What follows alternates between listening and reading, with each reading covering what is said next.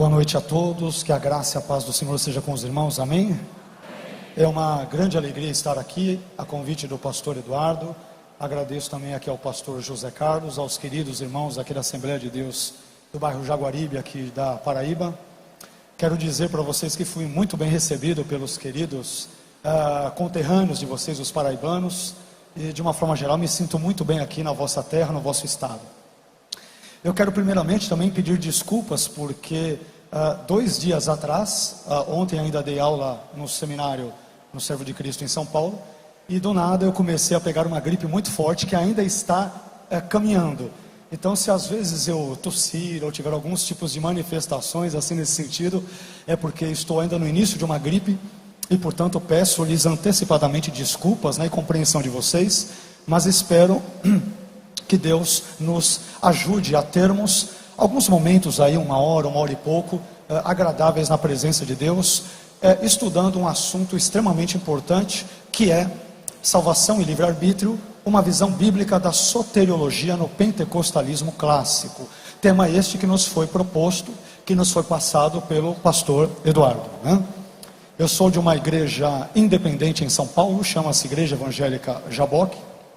Seria aquilo que podemos denominar de igreja renovada, Então as crenças, de uma forma geral, que o pastor Eduardo aqui esboçou, nós compactuamos com tais crenças, somos também continuistas, arminianos, eu diria arminiano convicto, não que me julgue melhor do que aqueles que não o são, não me julgo melhor do que talvez os molinistas, ou calvinistas, ou quaisquer outros istas que possam existir por aí, mas simplesmente busco seguir um sistema teológico oriundo de Jacó Armínio, teólogo holandês do século XVI, que, a meu ver, parece-me que mais se aproxima dos dados das Escrituras, especialmente no que tange no quesito soteriológico, Hoje, via de regra, quando se fala sobre Armínio, a concepção que nós temos em geral, ou quando nós aderimos ao seu pensamento, isso envolve a questão soteriológica.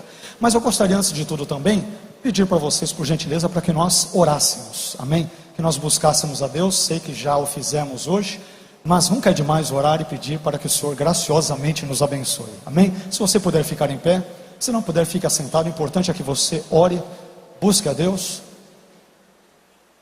para que nós já comecemos em seguida a nossa breve reflexão sobre o tema que foi proposto. Vamos orar? Pai, eu quero te agradecer pela tua misericórdia, pela tua bondade, que tem me cercado, e não somente a mim, mas a todos os meus queridos irmãos e irmãs aqui, paraibanos, paraibanas. Te agradeço por conhecer esse estado maravilhoso, Senhor, com pessoas tão, Senhor, receptivas, tão educadas, tão abençoadas. Sinto-me privilegiado e feliz por estar aqui com parte do teu povo para refletir sobre assuntos concernentes à sua palavra, especialmente aquilo que tange a salvação. Pai, abençoe as nossas vidas, instrui-nos, que o Senhor possa nesta hora ter misericórdia na minha vida, usa-me para transmitir estes ensinamentos, e da mesma forma te peço que o Senhor dê graça ao teu povo, para ouvir tudo aquilo que for dito e ensinado, que eles possam também, com o auxílio da sua própria graça, aplicar isso em suas vidas, e serem assim abençoados, terem ministérios, famílias fecundos, frutíferos, pelo Senhor, e para a glória e louvor do teu santo, eterno e bendito nome. Fique conosco aqui nesta noite e nos instrua durante esses minutos, estes momentos em que discorreremos sobre este assunto importante no contexto brasileiro dos dias atuais. Que o Senhor seja louvado hoje e sempre. Oramos agradecidos em nome de Jesus. Amém. Por favor, podem se assentar. Eu vou pedir já para colocarem os slides ali. Ok. Eu não sei se eu posso fazer isso, o pastor Eduardo está aí.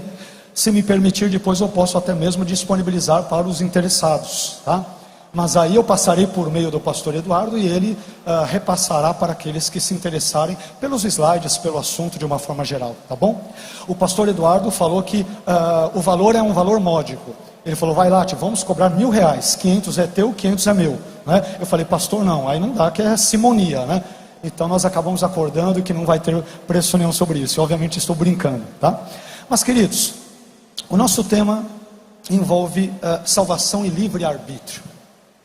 E hoje especialmente eu quero comentar, eu quero compartilhar com vocês os chamados, os classicamente denominados 5 pontos do arminianismo. Aliás, talvez para quem não saiba, os 5 pontos do calvinismo, a tulip, só surge como reação aos 5 pontos, ou as expressões anteriores colocadas ali por pastores remonstrantes, seguidores de Armínio, no contexto holandês. Então, a tulip, o sínodo de Dort, na cidade de Dordrecht, ali no contexto holandês, eles surgem como uma resposta, como uma tentativa de refutar o pensamento de Armínio e dos seus seguidores, primeiros chamados remonstrantes e posteriormente assim denominados como arminianos.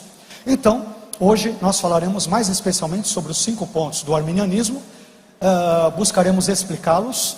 Eu separei o material que nós temos aqui, tanto colocando paralelamente o pensamento do próprio Armínio e em seguida trechos da confissão de fé da Assembleia de Deus.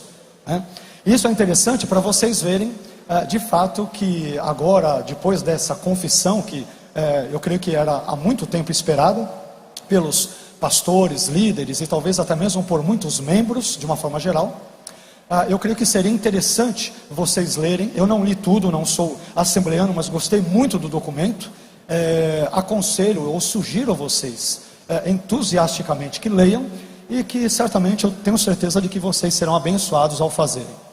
Mas, primeiramente, nós temos aqui um nome interessante que aparece aí para vocês, que é o nome Facts, que aparece aí no slide que vocês têm diante de vocês. Assim como nós temos a tulip, ou a tulipa de forma portuguesada no contexto calvinista, os arminianos, especialmente no contexto americano, eles criaram também um acrônimo, uma palavra artificialmente criada, facts. Aliás, os arminianos americanos até brincam dizendo, against facts there are no arguments, ou seja, contra fatos não há argumentos. Brincando com isso, que os pontos do arminianismo são imbatíveis. Obviamente é uma brincadeira, assim como os calvinistas brincam de um lado, irmãos arminianos brincam também do outro. Mas esse acrônimo em inglês, facts, ele vai resumir os 5 pontos do arminianismo, e até mesmo para efeito mnemônico, para que possamos decorar estes pontos, é que este acrônimo, artificialmente falando, ele foi criado a fim de o entendermos. Agora eu vou pedir ao próximo, por favor. Pode já colocar os 5 já, tá? Para nós. Ok, obrigado, viu? O primeiro elemento, lembrando que essa é uma ordem que segue o acrônimo, não é necessariamente uma ordem lógica sobre como se dá a salvação no contexto arminiano. É uma ordem que segue simplesmente o acrônimo.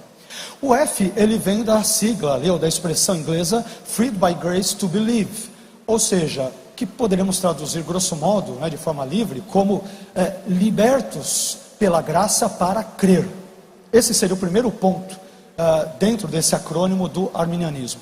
Como as pessoas nascem totalmente depravadas, e nisto nós arminianos e calvinistas concordamos, apesar de vez por outra, talvez um calvinista ou mal intencionado ou mal informado, achar que arminianismo é sinônimo de semi-pelagianismo ou pelagianismo. Talvez conforme o tempo nós explicitaremos mais o que queremos dizer com essas nomenclaturas, mas tanto o calvinismo quanto o arminianismo creem naquilo que é chamado de depravação total. Daqui a pouco eu já vou entrar em detalhes e com definições um pouco mais precisas sobre essas terminologias. O segundo item, o A, vem de atonement for all, ou seja, expiação para todos. E envolve inclusive o texto que o nosso nobre pastor José Carlos leu aqui, de 1 Timóteo, onde ele leu que Deus ele tem o desejo de salvar todas as pessoas. Ele não quer que nenhuma pessoa pereça, mas que todos tenham a vida eterna. Mas por que isso não acontece? Bem, isso nós vamos descobrir ao longo da nossa jornada aqui nessa noite. Em terceiro lugar, nós temos o C de conditional election, ou eleição condicional. No arminianismo, diferentemente do calvinismo, as pessoas são eleitas para a salvação com base na presciência divina. Deus, desde a eternidade passada, Ele previu aqueles que pela sua graça creriam em Cristo, e por esta mesma graça, e obviamente pela sua presciência, Ele previu aqueles que permaneceriam crendo até o fim de suas vidas. Então, A eleição no arminianismo, diferentemente do calvinismo, que é incondicional, Deus não viu nada, não olhou nada na vida dos indivíduos para salvá-los, e aí ele escolheu salvar apenas alguns e não todos, né? Incondicionalmente, ou talvez eu diria, sem usar o politicamente correto, arbitrariamente, podendo salvar todos, já que a sua graça é irresistível para alguns, ele poderia derramá-la sobre todos, mas ele arbitrariamente não escolhe fazê-lo, isto segundo o calvinismo. Quando vamos para o T, que eu já mencionei agora, nós temos aí a expressão total depravity, ou seja, a depravação total. Já vou explicá-la daqui a pouquinho. Finalmente, talvez o tema mais polêmico do arminianismo, assim como no calvinismo, um dos temas mais polêmicos envolve o conceito de expiação. Existem muitos chamados calvinistas de 4 pontos, que eles creem em quase todos os pontos da tulipe, mas quando chega na questão do L, né, eles não aceitam que Jesus morreu só por alguns, mas que Jesus morreu por todos. Então não é o crente tulipe, é o crente tuipe, né? É o calvinista tuipe, não tulipe. Mas da mesma forma você tem também no contexto arminiano uma problemática no que tange ao S de security in Christ, ou seja, segurança em Cristo. No arminianismo, a pessoa só é salva ou está segura da sua salvação enquanto pela graça, mediante a fé, ela permanecer firme em Cristo.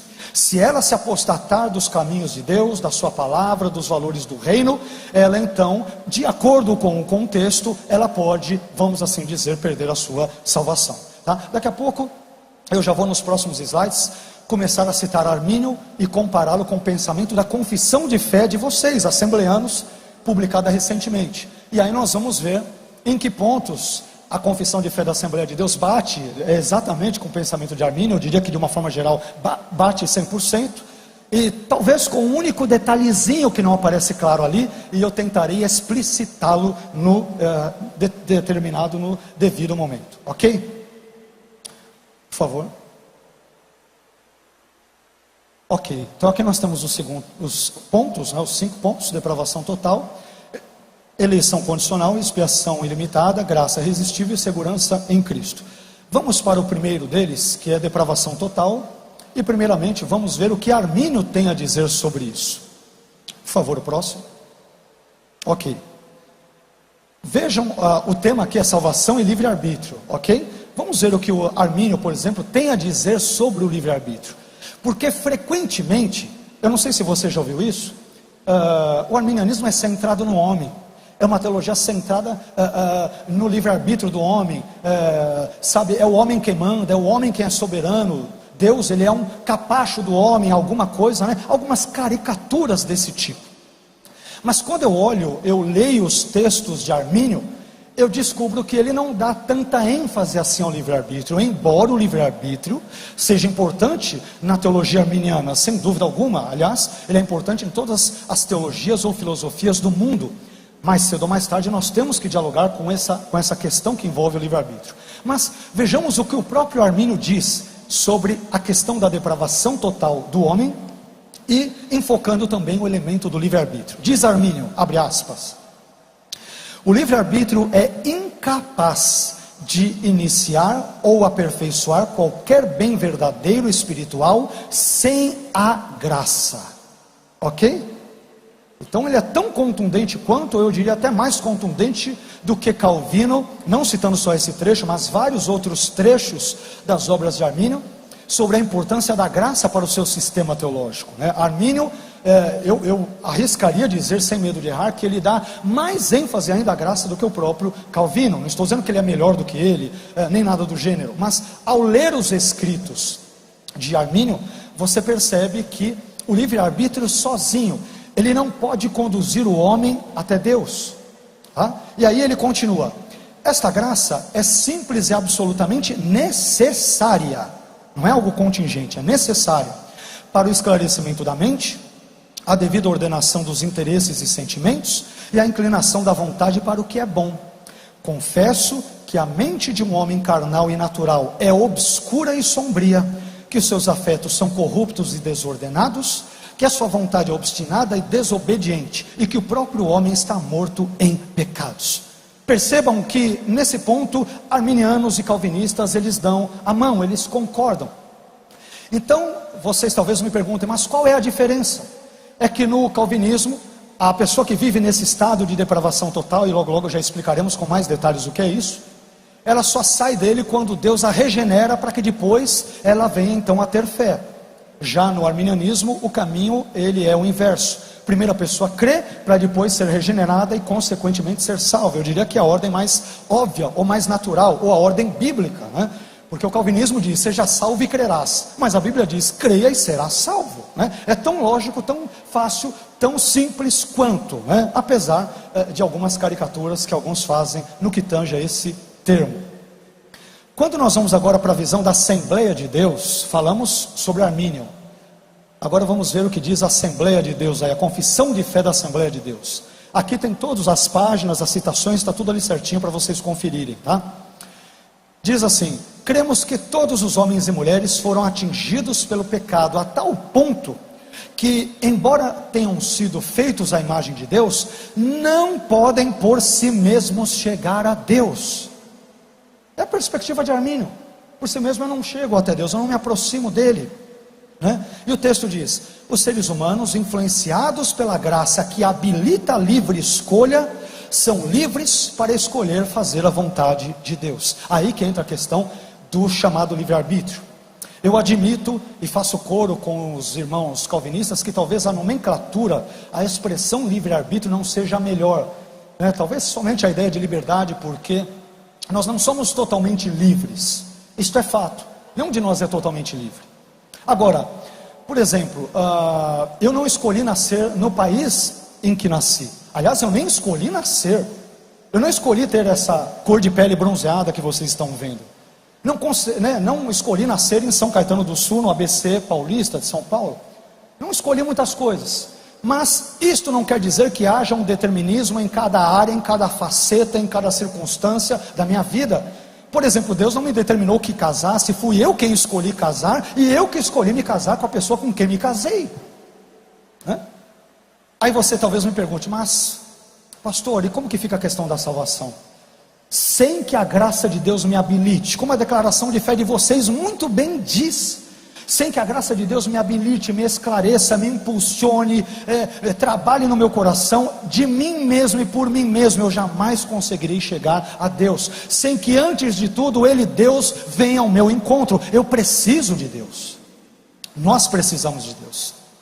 Aliás, o apóstolo João, em 1 João 4,19, ele vai dizer que nós só o amamos, isto é, nós só amamos a Deus, porque Ele nos amou primeiro. Então há um amor preveniente. O amor divino veio primeiro ao meu encontro, e a graça de Deus me habilitou, me capacitou, me possibilitou crer em Deus e corresponder a esse amor, amando-o também. Então isto só pode ser feito por meio da graça divina. De mim mesmo, jamais, de nós mesmos, seres humanos, jamais poderemos dar um passo em direção a Deus, sem que Ele dê 1, 2 ou mais passos primeiro em nossa direção. É isso que ensina o arminianismo. Como diria outro, o que passar disso é de procedência maligna, né? Então, o que passar disso é caricatura. A ideia de que, não, eu posso escolher sozinho a Deus, eu não preciso da graça, isso aí é pelagianismo, é semi-pelagianismo. O arminianismo clássico, o arminianismo wesleyano, que também compõe a herança da Assembleia de Deus de uma forma geral, ele ensina que nós só podemos dar um passo em direção a Deus se Ele primeiramente vir ao nosso encontro, ok? Então, esse é um detalhe importante. Agora, quando nós falamos da depravação total, primeiramente, o que não significa depravação total? O que não significa? Depravação total não significa que o homem é tão mau quanto poderia ser. Se pudéssemos ser tão maus quanto pudéssemos ser, nós não seríamos seres humanos, seríamos verdadeiros demônios. Então a depravação total não quer dizer isso. Depravação total também não significa que as pessoas não podem fazer coisas boas. Claro que podem fazer coisas boas. Jesus ele vai dizer certa vez nos evangelhos: se vós sendo maus sabeis dar boas dádivas aos vossos filhos, quanto mais dará o Pai Celestial o Espírito Santo àqueles que lhe pedirem. Então pessoas más, pela graça de Deus, elas podem dar coisas boas. podem agir de uma forma correta, adequada, honesta, justa na sociedade, não pelo seu mérito em si, mas porque a graça as habilita e as capacita a fazê-lo e agir desta forma. Ok? Tudo bem por enquanto? Mas a depravação total também não significa que as pessoas não têm consciência de Deus. O sujeito está tão depravado que ele nem tem consciência de Deus. Não, nada disso. Ele tem consciência sim. A prova disso é Adão. Logo depois da queda, Deus vai ao seu encontro, né? Não se esqueçam que sempre Deus vem ao encontro primeiro do ser humano. Deus, ele trava ali um diálogo com ele, e Adão, ele demonstra ter uma consciência clara do que fez, e ele a externa para Deus, como se Deus não fosse onisciente e não soubesse de tudo, claro, né? Mas a construção literária de Gênesis aponta para esse sentido. Agora, o que significa a depravação total? Significa que o pecado atingiu a todos os seres humanos em primeiro lugar. Romanos 3:23, todos pecaram e destituídos estão da glória de Deus, todos nós. Mas em segundo lugar, depravação total também significa que o pecado atingiu todo o ser humano, extensivamente, não intensivamente. Em outras palavras, o pecado adâmico afetou nossa mente, nosso palavreado, nosso vocabulário, nossas ações, nossos relacionamentos interpessoais para com as pessoas e, acima de tudo, nosso relacionamento para com Deus. O pecado afetou tudo. E como nós poderíamos talvez exemplificar o conceito teológico de depravação total? Separei aqui pelo menos 2 textos, um do Antigo e um do Novo Testamento para isso. A primeira fundamentação bíblica que eu poderia aqui usar é Gênesis capítulo 6, versículo 5. E viu o Senhor que a maldade do homem se multiplicara sobre a terra, e que toda a imaginação dos pensamentos de seu coração era só má continuamente. Então o homem, ele nasce, ele peca e peca. Um outro texto, bem utilizado também, desta vez no Novo Testamento, é um pouco mais longo, mas gostaria de compartilhá-lo com os irmãos, é Romanos 3, versículos 10 a 18, que diz: como está escrito, não há um justo nenhum sequer, não há ninguém que entenda, não há ninguém que busque a Deus, todos se extraviaram e juntamente se fizeram inúteis, não há quem faça o bem, não há nem um só, a sua garganta é um sepulcro aberto, com a língua tratam enganosamente, peçonha de áspides está debaixo de seus lábios, cuja boca está cheia de maldição e amargura, os seus pés são ligeiros para derramar sangue, em seus caminhos a destruição e miséria, e não conheceram o caminho da paz, não há temor de Deus diante de seus olhos. Esse é o retrato do homem sem Deus, e ele continuará a ser retratado assim, salvo, a não ser que a graça de Deus o habilite, o capacite, para que ele possa se relacionar com Deus, com o Evangelho e assim por diante. Essa capacitação pela graça, no arminianismo, ela se dá de 2 formas. No arminianismo clássico, isto é, entenda-se o arminianismo, melhor dizendo, de Armínio, do próprio Jacó Armínio, a pessoa, ela tem essa graça que é liberada sobre a vida da pessoa quando ela está exposta à palavra de Deus. Por exemplo, quando ela ouve a Bíblia, ela ouve trechos bíblicos, uma pregação, um louvor bíblico, enfim, essa exposição à palavra de Deus significa que ela já está sob a ação da graça. Já no arminianismo wesleyano, além da graça ser um dos meios pelos quais Deus liberta o arbítrio outrora cativo ao pecado e a Satanás, via de regra, os nossos irmãos metodistas, ou do arminianismo wesleyano, eles entendem que a própria cruz de Cristo, ela emana, quando Jesus ele morre na cruz, ele emana de si graça para toda a humanidade, de modo que todos e quaisquer indivíduos, sem exceção, não sem distinção, como diz o calvinismo, mas sem exceção, todos, absolutamente todos mesmo, podem crer. Mas por que nem todos creem? Bem, porque a graça de Deus é irresistível, isso envolve os demais pontos, porque a eleição de Deus é condicionada à fé. Existem vários motivos pelos quais as pessoas não creem. Não é porque Deus selecionou arbitrariamente meia dúzia para ir para o céu e a maior parte para ir para o inferno, mas é porque Ele simplesmente não previu a fé de determinados indivíduos e portanto não os elegeu por meio da fé prevista, conforme diz Romanos capítulo 8 versículos 28 a 30 e 1 Pedro capítulo 1 versículos 1 e 2, textos estes que citaremos daqui a pouco, ok? Se der tudo certo aí. Bom, Vamos para o outro ponto, por favor. Eleição condicional.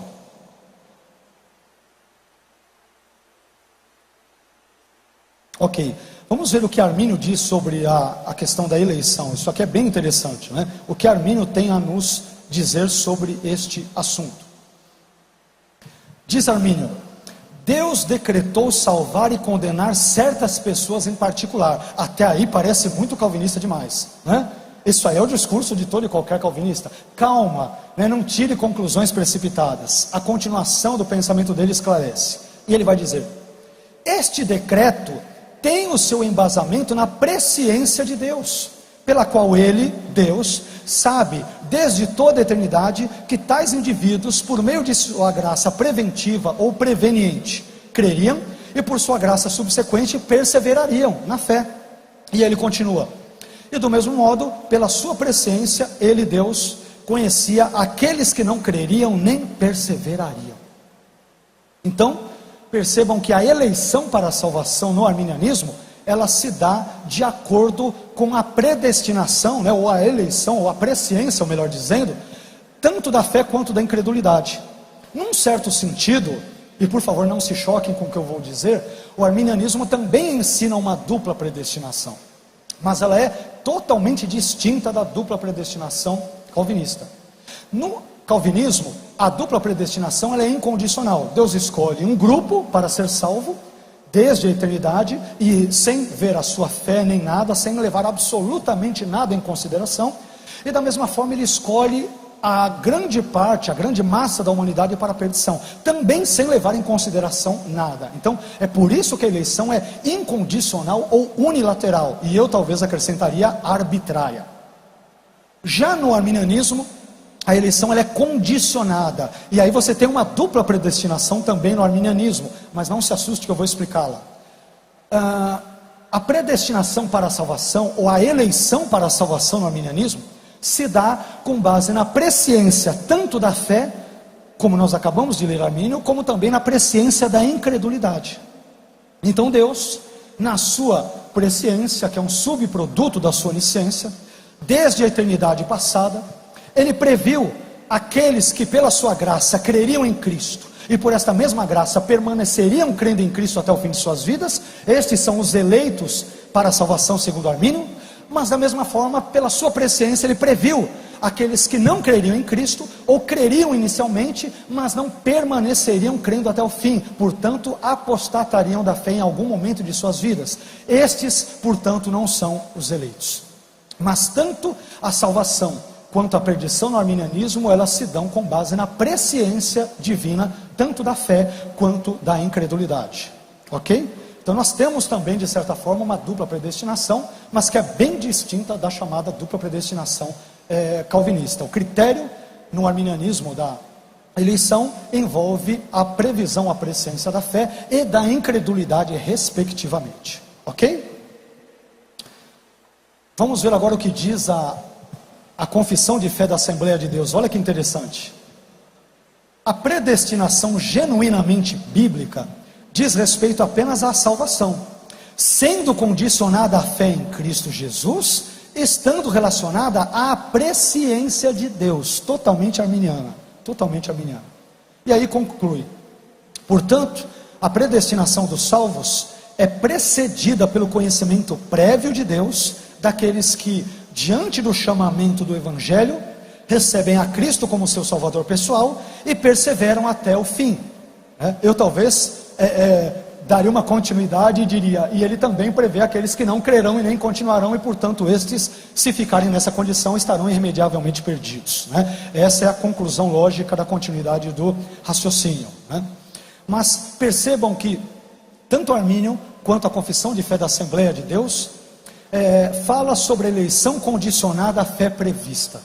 Esse é mais um elemento importante para os irmãos que são assembleanos e que vêm de um berço arminiano, saberem que nas raízes da vossa fé existe ali um arminianismo muito forte, pulsante, vivo, apesar de, isso é verdade, ser descaracterizado e desconfigurado em alguns arraiais evangélicos Brasil afora. Ainda temos em muitas igrejas, não só a Assembleia de Deus, mas muitas igrejas pentecostais e outras, pessoas dizendo: dê um passo para Deus, Ele dará outro para você, né? É claro que Armínio, ele se reviraria na tumba se ele ouvisse isso. Eu só posso dar um passo em direção a Deus se Ele der 1, 2, 3 ou mais passos em minha direção primeiro. Se a graça de Deus, assim chamada de preveniente, isto é, aquilo que vem antes, né?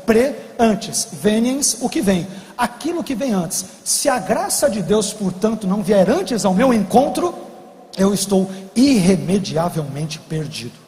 É isso que ensina o verdadeiro arminianismo. É isso que ensinou Armínio. É isso que está ensinando a confissão de fé das Assembleias de Deus, que é, portanto, e agora mostra a sua cara como sendo contundentemente, escancaradamente arminiana. Escancaradamente arminiana. Ok? Mas vamos ver a fundamentação bíblica para isso. Pode deixar nesse mesmo, tá? Mas eu diria que tem 3 textos básicos. Eu não sei se por causa do horário, acho que eu vou... Bom, vamos ver se dá para citar os 3. O primeiro deles é Romanos 8, versículos 28 a 30. Um texto muito conhecido, mas eu talvez acrescentaria aí desconhecido ao mesmo tempo. Ele diz: e sabemos que todas as coisas contribuem juntamente para o bem daqueles que amam a Deus, daqueles que são chamados por seu decreto. Porque os que dantes conheceu, veja que a presciência divina, também os predestinou para serem conformes à imagem de seu Filho, a fim de que ele seja o primogênito entre muitos irmãos. E aos que predestinou, a esses também chamou, e aos que chamou, a esses também justificou, e aos que justificou, a esses também glorificou.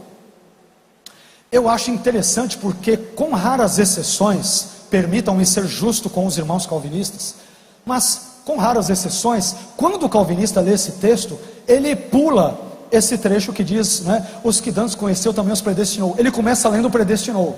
Ele fala: porque os que predestinou, chamou, justificou, glorificou. Sabe-se Deus porque ele pula os que dantes conheceu. Não sei se eles estavam predestinados a fazer tal coisa, contexto bíblico, mas a verdade é que eles fazem. Eu já ouvi alguns aí, eu não vou citar nomes, mas calvinistas conhecidos no nosso meio, no contexto eclesiológico evangélico brasileiro.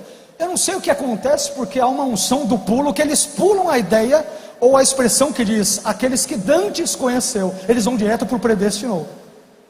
Sabe o que eu aprendo com Romanos capítulo 8, versículo 29? Que a predestinação ela é condicionada à presciência, né? Os que são predestinados são os pré-conhecidos. E quem são os pré-conhecidos? A resposta está no versículo 28. Aqueles que amam a Deus. Deus, desde a eternidade passada, Ele previu aqueles que o amariam e, portanto, creriam em seu Filho Jesus, porque é a maior expressão de amor para com Deus.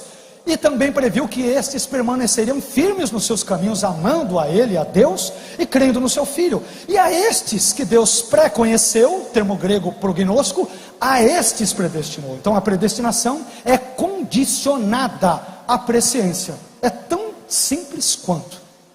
Só que aí você vê algumas obras calvinistas dizendo: não, ali prognosco não é conheceu de antemão, é amou de antemão. De que léxico você tirou isso de grego? Que eu queria saber. Calvino vai mais longe e diz: não, ali o sentido do termo é adotou. Mas Paulo poderia ter usado outras palavras gregas para usar adotou se ele quisesse, ele não usa. Então eu percebo, via de regra, sem fazer generalizações, que muitas vezes os nossos irmãos calvinistas, eles forçam a barra na exegese desse texto, né? De maneira que eles dizem: não, presciência não quer dizer presciência, mundo não é mundo, todos não é todos. Então há uma desconstrução semântica pela qual os indivíduos são levados a aceitar ou crer, que por sua vez acaba facilitando ou favorecendo a sua tulipe ou seus 5 pontos ali do calvinismo.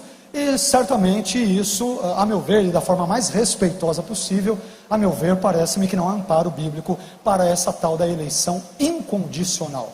Para mim, Deus seria um ser arbitrário, monstruoso, se podendo dar graça irresistível a todos, e a Bíblia diz que Ele quer salvar a todos, Ele desse essa graça irresistível apenas a alguma meia dúzia de gatos pingados. Isso para mim seria monstruoso, seria desumano, não teria nada a ver com o retrato de Deus, tal como eu vejo na face do Senhor Jesus Cristo. Continuando, 1 Pedro capítulo 1, versículos 1 e 2. Pedro, apóstolo de Jesus Cristo, aos estrangeiros dispersos no Ponto, Galácia, Capadócia, Ásia e Bitínia, eleitos segundo a presciência de Deus Pai, Eclectois kata prognosis teu patros, é o que diz o texto grego, eleitos, escolhidos, segundo aquilo que Deus anteviu. Quem diz isso é Pedro, tanto em português como em grego. É simples como.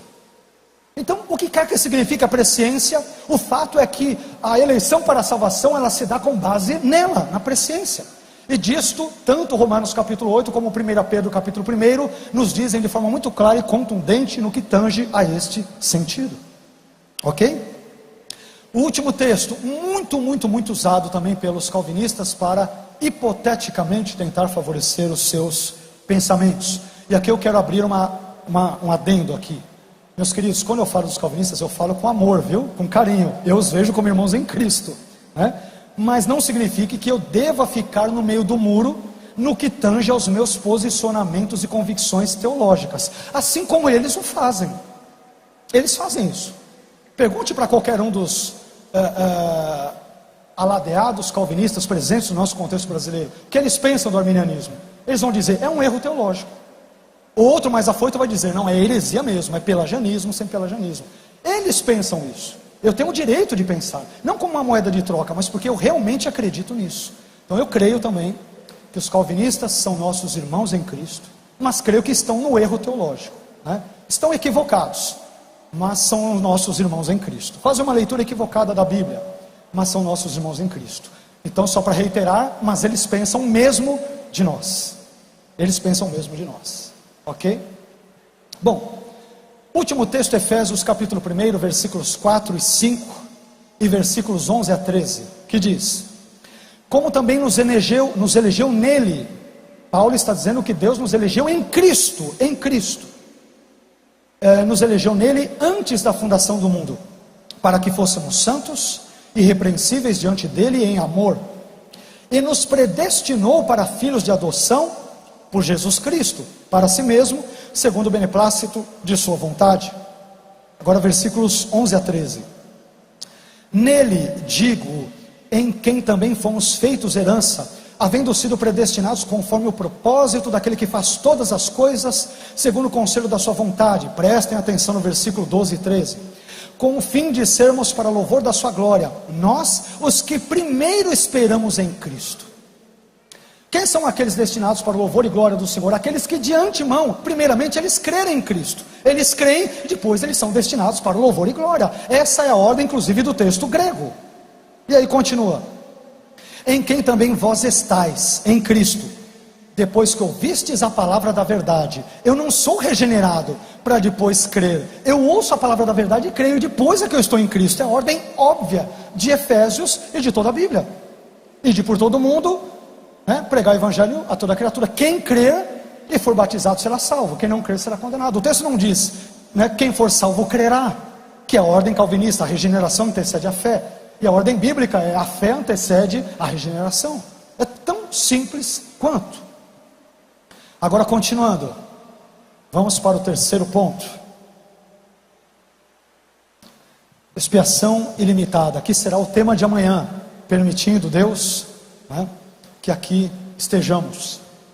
Aliás, é o nome também do livro que escrevi sobre o assunto, na coleção Arminianismo, publicada pela editora Reflexão.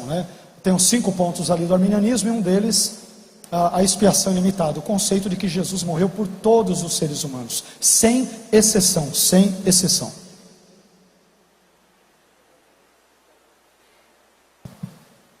Vamos ver primeiramente o que Armínio pensa sobre o conceito de expiação ilimitada. Vejam o que ele diz: Cristo morreu por todos, sem nenhuma distinção entre eleitos e reprovados. Ele já está fazendo uma crítica ao calvinismo, Então, porque no calvinismo, Jesus ele só morre pelos eleitos, e os eleitos incondicionalmente eleitos desde a eternidade passada. Então, para quem diz que Armínio era calvinista e tudo, eu te aconselho a ler melhor as obras de Armínio, para não dizer uma bobagem dessas. É verdade que Armínio ele tinha um respeito por Calvino. Calvino era um senhor exegeta, eu concordo com Armínio, mas acho que estava equivocado em alguns pressupostos que ele usava na sua exegese, mas era um senhor estudioso da Bíblia. Eu não sou insano a ponto de negar, ele era um senhor estudioso, mas assim como Armínio também o era. Armínio também era estudioso, conhecia hebraico, conhecia grego, conhecia latim, conhecia todos os tomos do escolasticismo ali do período da época, Tomás de Aquino, Luís de Molina, de quem ele beberá muito, daquilo que hoje é chamado de molinismo, e assim por diante. Então ele é um estudioso também. Armínio era uma pessoa que nos mostra que é possível aliar a academia à piedade. Eu posso ser uma pessoa cheia de piedade, cheia de graça de Deus, ou cheia de poder de Deus, mas também posso ter o meu intelecto entregue a Cristo, e também repleto de conhecimento, de sabedoria de Deus, com bons estudos, com ótimas leituras, com bons livros. Não há uma incompatibilidade entre unção de Deus, a graça de Deus, e ao mesmo tempo um conhecimento sadio de Deus também. Mas, continuando, vamos ver o que Armínio diz. Permitam-me ler de novo do início, para não perder o fio da meada. Armínio diz: Cristo morreu por todos, sem nenhuma distinção entre eleitos e reprovados. É preciso fazer uma distinção entre a redenção obtida e a redenção aplicada, e declaro que ela, isto é, a redenção, foi obtida para o mundo inteiro, e para todos e cada um dos homens, mas ela foi aplicada apenas aos fiéis e aos eleitos. Então, o que Armínio está dizendo aqui, em outras palavras? Ele diz: olha, Jesus, ele morreu por todas as pessoas, todas mesmo. Quem você pensar aí de ser humano, Jesus morreu por ele. Eu estou dizendo isso porque às vezes alguma pessoa engraçadinha fala para nós: mas ele não morreu pelo diabo, né? Para Jesus morrer pelo diabo ou pelos anjos, ele teria que adquirir uma natureza angelical semelhante ou correspondente. Ele não socorre a anjos, ele socorre a descendência de Abraão, ele socorre a seres humanos, tais como eu e você, pecadores como eu e você, toda essa humanidade, ok? Mas percebam que para Armínio, ele entende a redenção, isto é, o ato de Jesus morrer na cruz, tem dois sentidos. Primeiramente, ele tem um sentido de uma redenção obtida, isto é, quando Jesus ele morre na cruz, ele morre por toda a humanidade, no sentido de provisionar redenção ou salvação para toda a humanidade, sem exceção. Ora, mas por que então nem toda a humanidade é salva, já que ele morre por todos e ama a todos? Porque uma coisa é a redenção obtida e outra coisa é a redenção aplicada. Ela é obtida para todas as pessoas, mas só é aplicada na vida daqueles que pela graça creem em Cristo, e por esta mesma graça permanecem crendo em Cristo até o fim de suas vidas. Essa é a perspectiva de Armínio, né? Essa é a perspectiva dele. Agora, vamos ver o que diz a Assembleia de Deus, e depois vamos ver aí a confissão de fé da Assembleia de Deus e alguns outros pontos. Diz assim a confissão: Deus propôs Cristo Jesus para a propiciação por meio da fé no seu sangue. Jesus é a propiciação pelos pecados do mundo inteiro. Mundo inteiro, está seguindo Armínio na risca. Aí vem a parte B. Deus proveu a salvação para todas as pessoas, mas essa salvação aplica-se somente àquelas que creem. É Armínio puro. Armínio puro. A confissão de fé da Assembleia de Deus só não usou os termos redenção obtida e redenção aplicada, mas o mesmo conceito, o mesmo pensamento teológico, soteriológico de Armínio está presente na declaração de fé das Assembleias de Deus. Agora permitam-me citar algo. Eu quero citar o texto mais amado pelos cristãos e ao mesmo tempo talvez um dos mais desconhecidos pelos mesmos. É isso mesmo, se você estiver pensando em João 3,16, é ele mesmo. É um texto citado a torto e direito, mas muito pouco conhecido, e é um texto que simplesmente ele, a meu ver, mais do que fundamenta, mais do que pavimenta a compreensão arminiana de expiação ilimitada, e também da ideia da permanência na fé como um requisito para a salvação. Vou ler e já vou explicar para vocês. João 3,16, porque Deus amou o mundo de tal maneira, que deu seu Filho unigênito, para que todo aquele que nele crê, grave essa expressão, aquele que nele crê, não pereça, mas tenha a vida eterna.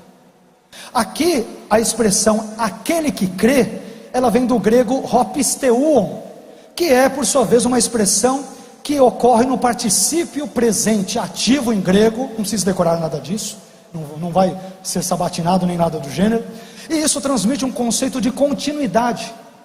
Em outras palavras, o que João quer dizer em João 3,16? Como poderíamos parafrasear João 3,16? E esse, a meu ver, é um dos maiores argumentos, existem muitos, que o arminiano não só pode, mas deve usar a seu favor, em razão da expiação limitada, e também da necessidade de permanecer em Cristo pela fé, para ser salvo.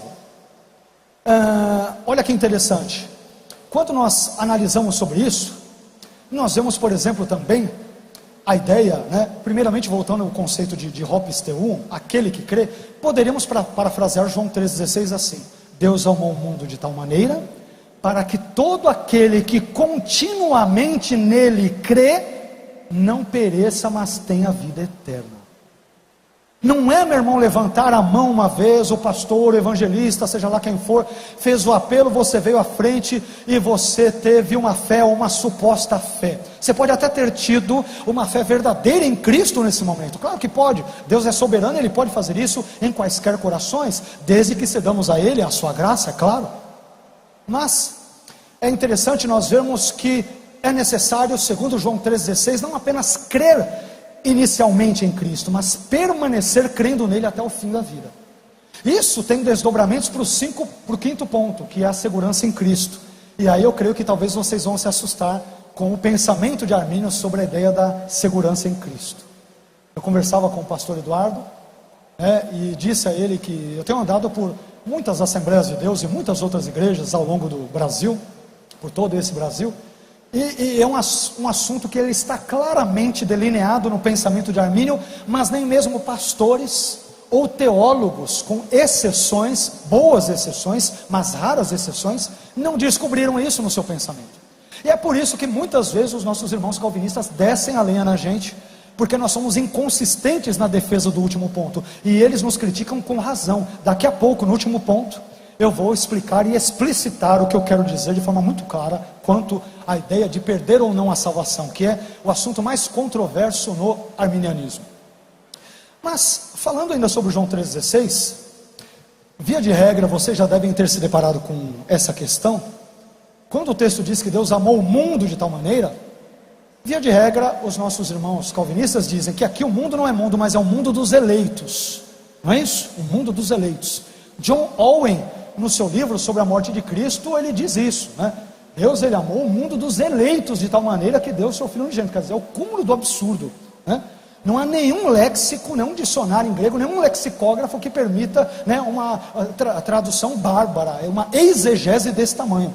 Mundo é mundo, são todas as pessoas. Eu vou citar apenas uma meia dúzia de ótimos lexicógrafos, todos eles aqui no texto em inglês. Veja o que eles dizem sobre cosmos em João 3,16. Eles têm uma observação sobre o sentido da palavra mundo em João 3,16 especificamente. Então, primeiro, Edward Robinson, no seu A Greek and English Lexicon of the New Testament, ele disse que cosmos, mundo em João 3,16, é uma metonímia para os habitantes da terra, os homens, a raça humana, é todo mundo. Não é mundo dos eleitos, um grupinho privilegiado, é todo mundo. S.T. Bloomfield, no léxico dele também em grego, ele vai dizer que o João 3,16 se refere metonimicamente aos habitantes do mundo, a raça humana. Estou citando léxicos de grego e inglês de referência nos estudos teológicos, bíblicos, acadêmicos. Outro lexicógrafo chamado Joseph Henry Tyre, ele vai dizer que em João 3,16 o mundo se refere aos habitantes da terra, os homens, a raça humana, é todo mundo. Herman Kramer, ele vai dizer que em João 1,29 o conceito de mundo se refere à própria humanidade, e em João 3,16 a humanidade ímpia, todo mundo. Quando vamos para Marvin Vincent, que tem um livro traduzido por vocês da Assembleia de Deus, a CPAD, traduziu em 2 volumes, Marvin Vincent, muito bom. Na sua obra Estudo do Vocabulário Grego do Novo Testamento, ele diz que mundo refere-se à soma total da humanidade existente no mundo, a raça humana. Por fim, Horst Baus e Gerhard Schneider dizem que mundo em João 3,16 é uma referência ao mundo afastado de Deus, toda a humanidade. Citei só meia dúzia, 6, 7 lexicógrafos bons de grego e inglês para dizer que mundo é toda a raça humana. Não é minha exegese, eu acho que mundo é toda a raça humana porque eu sou arminiano, porque eu tenho um quê contra os calvinistas. Não, é porque em termos exegéticos é isso que o texto bíblico diz. Ok? Tudo bem? Mas vamos ver aqui o outro texto que fundamenta bem o conceito de Armínio. É 1 Timóteo 4,10 que diz: porque para isto trabalhamos e lutamos, pois esperamos no Deus vivo, que é o Salvador de todos os homens, principalmente dos fiéis. Que Ele é Salvador de todos os homens fala sobre redenção obtida, Jesus morre por toda a humanidade. Mas que Ele é Salvador dos fiéis fala sobre redenção aplicada. Os benefícios salvíficos da morte de Cristo só são aplicados sobre aqueles que pela graça creem em Cristo e por esta mesma graça permanecem crendo em Cristo. É isso, ok? Continuando, calma que daqui a pouco eu termino. Tá? Eu sei que às vezes os assuntos são um pouco técnicos, mas vamos lá. Aqui nós já falamos, né, da expiação, falamos? Ok. Vamos falar agora sobre a graça resistível, penúltimo ponto. Ok. Vamos ver o que Armínio tem a dizer sobre a graça resistível, ou a graça de Deus de uma forma geral. Armínio é muito consciente sobre o significado da graça. Ele sabe, e nós vamos ler isso agora, que o que separa Armínio de Calvino e nós arminianos dos calvinistas é apenas o modus operandi da graça. Tanto no arminianismo como no calvinismo as pessoas são salvas pela graça, mas no calvinismo ela é irresistível, no arminianismo ela é resistível. Mas ambas as soteriologias são caricêntricas, ou seja, são centradas na charis, na graça divina. Então vamos ler o que Armínio diz aqui sobre a graça resistível. Toda a controvérsia sobre a graça se reduz à solução desta questão: a graça de Deus é uma certa força irresistível? Ou seja, a controvérsia se refere apenas ao modo de operação da graça, o que eu acabei de falar, irresistível ou não. Com relação a este tópico, creio eu, de acordo com as Escrituras, que muitas pessoas resistem ao Espírito Santo e rejeitam a graça que lhes é oferecida. Isso aqui a gente vê todo dia, ou não? Toda hora, pessoas resistindo ao Espírito Santo. Quantos folhetos evangelísticos você não entregou e na mesma hora a pessoa amassou e jogou no bueiro ou jogou na calçada? Quantos parentes, primos, tios, até mesmo pais, filhos, amigos próximos, vizinhos você evangelizou e ele, a qualquer hora eu vou lá na sua igreja só para se ver livre de você e não quis mais saber? Quantas pessoas não fizeram chacota de você e da sua fé em Cristo? Aliás, eu vou mais longe, até nós cristãos alcançados pela graça resistimos à graça sempre que nós pecamos. Ou alguém acha aqui que Deus, o desejo de Deus é que todos nós pequemos? Não, né? Isso quer dizer que sempre que nós pecamos, inclusive os regenerados, eles estão de certa forma, grosso modo, resistindo à graça de Deus. Então nós sempre resistiremos à graça de Deus, até o último fim, né? O último momento da nossa vida. Mas somos salvos, claro que pela graça, quando eu digo resistimos, no sentido de pecarmos, né? De cometermos pecados que são contrários à vontade de Deus, à sua palavra. E isso é, de certa forma, um tipo de resistência. É óbvio que para sermos salvos, nós temos que ceder à operação da graça no nosso coração, por meio da nossa liberdade que foi liberta pelo agir da própria graça, e ao fazê-lo, nós somos salvos, abençoados por Deus, se especialmente permanecermos firmes, crentes em Cristo, na sua palavra e nas coisas concernentes ao seu reino. Amém? Mas vamos lá. Percebam que Armínio ele é muito claro sobre a graça pode ser resistida, mas vamos ver agora o que diz a confissão de fé da Assembleia de Deus. Olha o que ela diz: a graça de Deus é manifestada salvadoramente maravilhosa, perfeita, entretanto não é irresistível, pois não são poucos os que, ignorando o Evangelho de Cristo, resistem ao Espírito, né, da graça. Ou seja, ele está fazendo coro com Armínio. Então percebam que até agora os pontos da confissão de fé assembleana, ela é absolutamente arminiana, segue aquilo que nós denominamos de arminianismo clássico ou arminianismo clássico wesleyano. Pode haver essa vertente, né? A Assembleia de Deus foi muito influenciada também pelo contexto e pela teologia wesleyana e daqueles que sucederam Wesley. Agora, vamos entender um pouco mais o conceito de graça resistível no arminianismo. Por causa da depravação total e da expiação para todos, como descrito antes, agora há pouco, Deus ele chama todas as pessoas em todos os lugares para se arrepender e crer no Evangelho.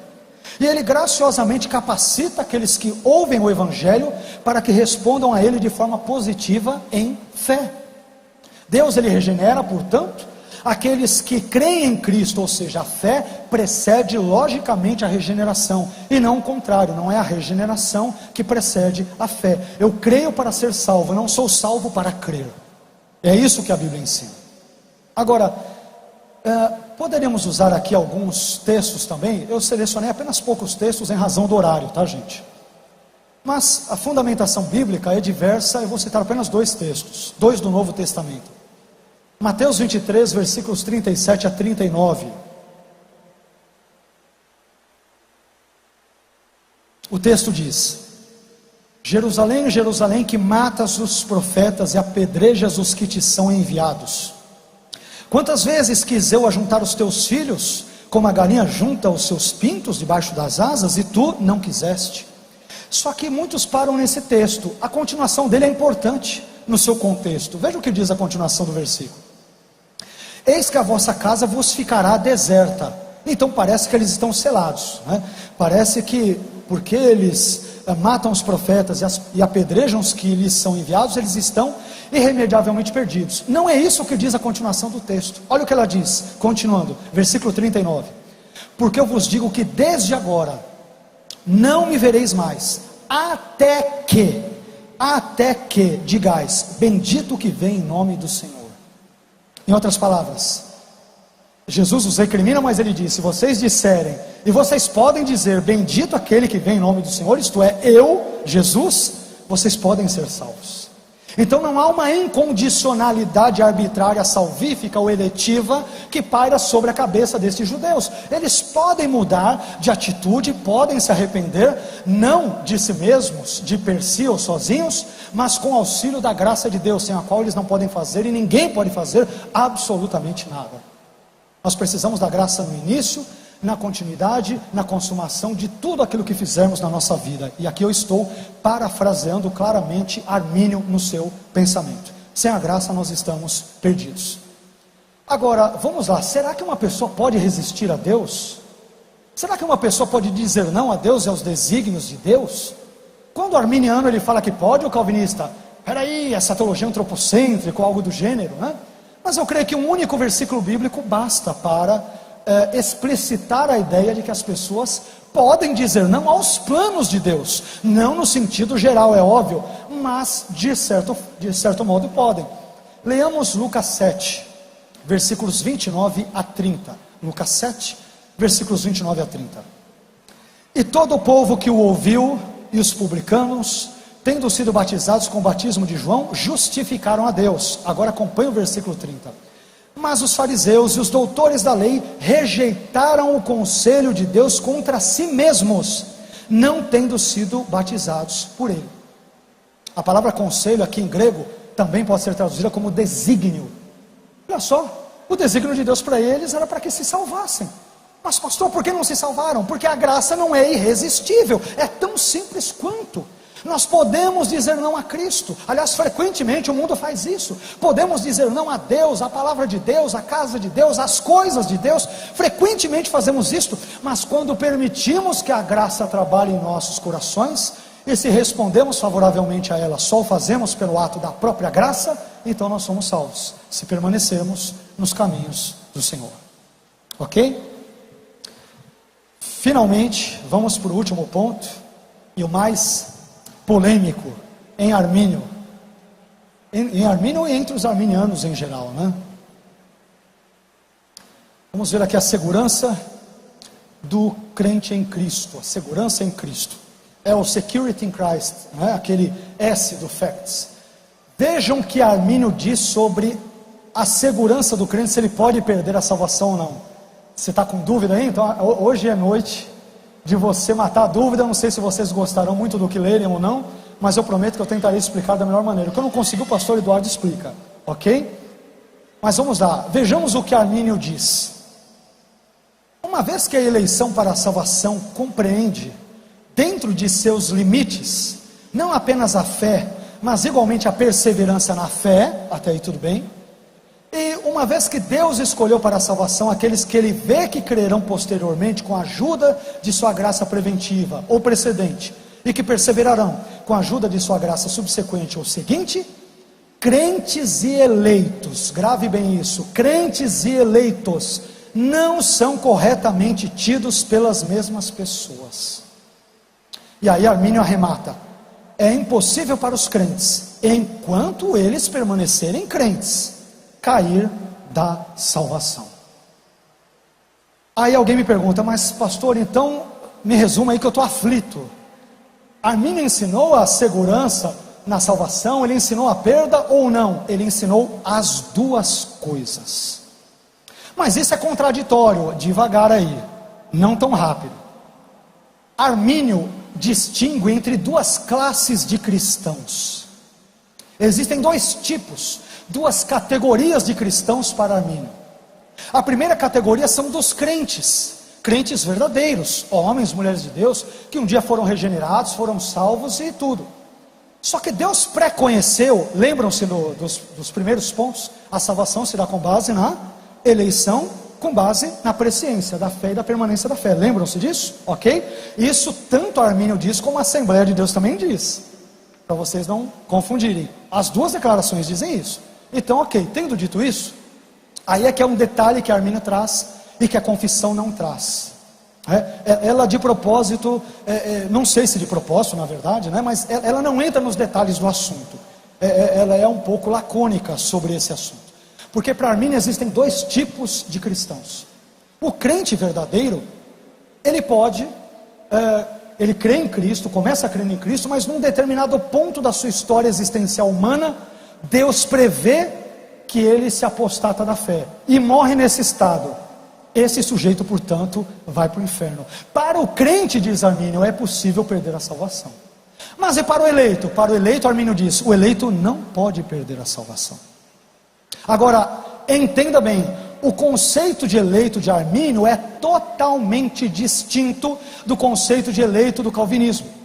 No calvinismo, nunca é demais lembrar, as pessoas são eleitas incondicionalmente ou arbitrariamente, na sorte. A verdade é essa, na sorte, para a salvação ou para a perdição. Porque se Deus não viu nada, o que há? A pessoa tem que torcer, fazer figuinha, Senhor, tomara que eu seja um dos eleitos. Tempos atrás, John Piper, calvinista, eu achei interessante a oração dele, totalmente inconsistente, totalmente equivocada, mas ele é um homem de Deus. Não estou falando da pessoa dele, estou falando da teologia dele.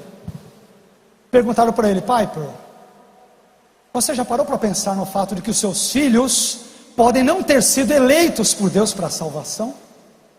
E ele disse: sim, eu já pensei nisso, e oro todos os dias a Deus para que Ele os escolha. Isso é o cúmulo do absurdo, porque a eleição é incondicional. Você não pode fazer nada, você não pode orar. Quem pode orar para salvar é arminiano. Calvinista não pode fazer isso, porque a eleição é incondicional. Como que você ora? Meu filho, Deus já escolheu mandar tua filha para o inferno ou teu filho para o céu. Acabou, chora e torce, faz figuinha. É isso. Você vê que Piper é um homem de Deus, mas eu nunca vi tamanho absurdo um calvinista falando que ora para serem eleitos. Meu filho, a eleição se dá incondicionalmente desde a eternidade. Como que a sua oração pode fazer algo? Ela não pode fazer nada.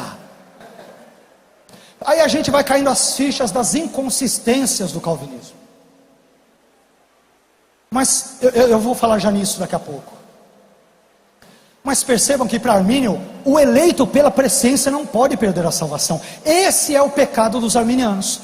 Falar que um eleito pela presciência pode perder a salvação. Meu querido, se Deus te elegeu porque Ele previu a sua fé e a permanência na fé, é óbvio que você não pode perder, Senão a presciência de Deus erraria. Os calvinistas nos criticam muito sobre isso, eles têm razão. Mas qual é o problema? É que os arminianos não sabem que existem duas classes de cristãos para Armínio. O crente é que apostata da fé. É o crente que abandona, mas ele era salvo. E se morresse na fé, seria salvo, seria eleito. Como Deus preconheceu que ele não permaneceria na fé, mas que apostataria, ele deixa de ser eleito e é apenas um crente. Agora, os eleitos no arminianismo não são irresistivelmente ou incondicionalmente eleitos. Eles são eleitos porque Deus previu que eles creriam e previu que eles permaneceriam na fé. Mas eles poderiam não permanecer. E portanto, em última análise, todos poderiam em tese perder a salvação. Antes que alguém nos critique aqui, poxa, mas o arminianismo não dá segurança alguma da salvação e tudo. O arminiano, ele tem uma vantagem que nenhum calvinista nunca vai ter de perto na vida dele. Para mim essa vantagem já basta. Não se esqueçam, no calvinismo a expiação é limitada, correto? Jesus, ele morre apenas por um grupo de indivíduos. Como ele morre por um grupo de indivíduos e a eleição é incondicional, seguindo a lógica, nenhum calvinista pode saber se Jesus morreu por ele. É tão simples quanto, ela é incondicional. Como que você sabe que é eleito? Você não sabe. Eu sei que sou enquanto eu permanecer na fé. Se eu cair da fé, já não sou mais. Agora, aí nós temos um problema sério. Existem duas coisas no calvinismo que fazem cair por terra uma suposta segurança na salvação. Todo calvinista normalmente diz, né? Arminiano ensina a heresia da perda da salvação. Nós ensinamos a perda da salvação porque a Bíblia diz. Nos últimos anos, nos últimos dias, muitos apostatarão da fé, né? Só abandona a fé alguém que um dia abraçou a fé. Só se divorcia quem foi casado. Aí os calvinistas dirão, não, ele apostatou da fé, mas nunca foi da fé. Que lógica maluca é essa? Eu só abandono algo se eu tive esse algo antes. Como que eu posso abandonar algo que eu nunca tive? Não faz sentido. Eu tenho que sacrificar a lógica no altar do determinismo misterioso. E Deus me fez razoavelmente inteligente. A mim e a vocês. E não estou dizendo que os calvinistas não sejam. São também. Amém? Só segue uma doutrina distinta da nossa. Mas existem duas doutrinas no calvinismo que, se qualquer bom calvinista analisar de forma correta e sincera, ele vai ver que ele não tem a mínima segurança de que ele é salvo. Duas doutrinas. Primeira delas, a eleição incondicional. Se você é eleito, Deus te elege, na visão calvinista, sem levar em consideração nada do que você fez, está fazendo ou fará, você não sabe se é eleito ou não. Ponto. Então você não sabe, é torcer mesmo. Torcer e seja o que Deus quiser. É figuinha, é isso mesmo, é sorte. Agora tem uma outra doutrina que ela é perniciosa, também no calvinismo, que é a doutrina da graça temporária. Calvino nas Institutas diz que Deus muitas vezes ele dá uma graça para a pessoa. Essa pessoa começa a ter sede de Deus, da palavra de Deus, das coisas de Deus, e quando ela vai abraçar, Deus puxa a graça como se fosse um tapete e ela cai. É isso que você está pensando mesmo, é monstruoso, é arbitrário, e eu concordo, e é mesmo. Agora, me permita, em termos lógicos, quando eu alio a eleição incondicional com a graça temporária, quem que te garante que você é eleito, meu filho? Você pode estar hoje aparentemente crente, eu estou lá no culto, tal. Daqui a 5 anos, 3 meses, 4 dias, 5 minutos, 2 segundos, você desvia, vai para o mundão, nunca mais volta e vai para o inferno. Quem é que te garante que você é eleito? Então perceba que o calvinismo não tem a mínima vantagem, a mínima, com relação ao arminianismo. Aliás, nós temos, eu estava dizendo e acabei não complementando, nós arminianos temos uma vantagem que nenhum calvinista consistente jamais terá. Eu sei que Jesus morreu por mim. O calvinista não sabe. Ele não sabe se é eleito incondicional, não sabe se ele tem a graça temporária, Deus deu, daqui a pouco ele puxa o tapete. Ele não sabe. Eu sei que o que quer que aconteça, que há um Deus que me ama, e Ele morreu por mim na pessoa, na face de Jesus Cristo na cruz, levou os meus pecados, e se eu não resistir à graça, eu serei salvo pela sua própria graça. Então todo arminiano, eu diria não de uma forma petulante, prepotente, nada do gênero, mas nós temos uma maravilhosa vantagem. Eu sei que Jesus morreu por mim.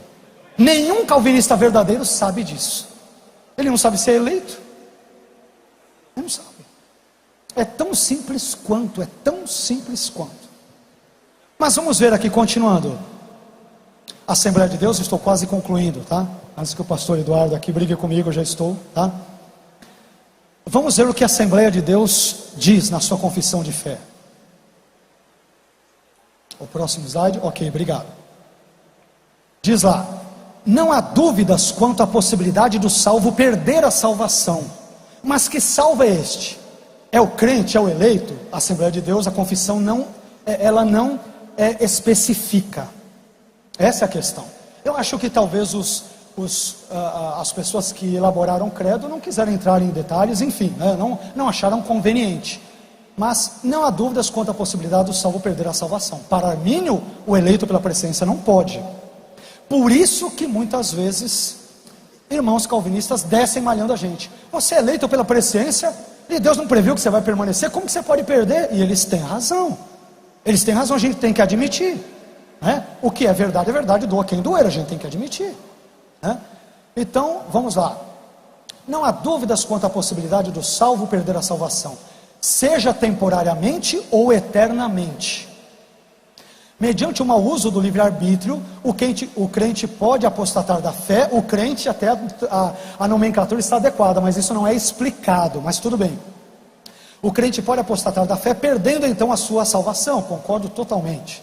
Assim, cremos que, embora a salvação seja oferecida gratuitamente a todos os homens, uma vez adquirida, deve ser zelada e confirmada.